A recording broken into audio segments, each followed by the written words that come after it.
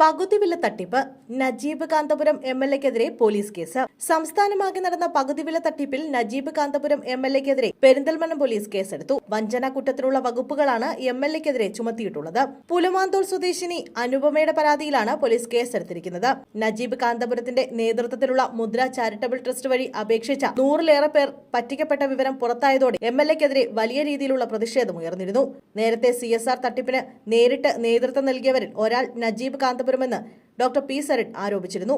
സംസ്ഥാനത്തൊട്ടാകെ ചർച്ചയായിരിക്കുന്ന 1000 കോടി രൂപയുടെ തട്ടിപ്പിന് കൂട്ടുനിന്നത് BJP കോൺഗ്രസ് ബന്ധമുള്ളവർ ആണെങ്കിൽ അതിന് നേരിട്ട് നേതൃത്വം കൊടുത്ത ഒരാൾ മലപ്പുറം ജില്ലയിലെ പെരിന്തൽമണ്ണ MLA മുസ്ലിം ലീഗിന്റെ നജീബ് കാന്തപുരമാണ് എന്ന് വേണം മനസ്സിലാക്കാനെന്ന് സരിൻ ഫേസ്ബുക്കിൽ കുറിച്ചിരുന്നു. സംസ്ഥാനത്തെ എല്ലാ ജില്ലകളിലും പരാതി പ്രളയം തുടരുന്ന പകുതിവില തട്ടിപ്പ് കേസിൽ സമഗ്ര അന്വേഷണമാണ് പോലീസ് നടത്തുന്നത്.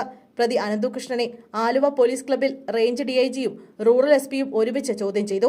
അതേസമയം 450 കോടി രൂപയുടെ തട്ടിപ്പ് നടന്നെന്നാണ് നിലവിലെ നിഗമനം. അനന്തുവിന്റെ 4 ബാങ്ക് അക്കൗണ്ടുകൾ പോലീസ് മരവിപ്പിച്ചിട്ടുണ്ട്.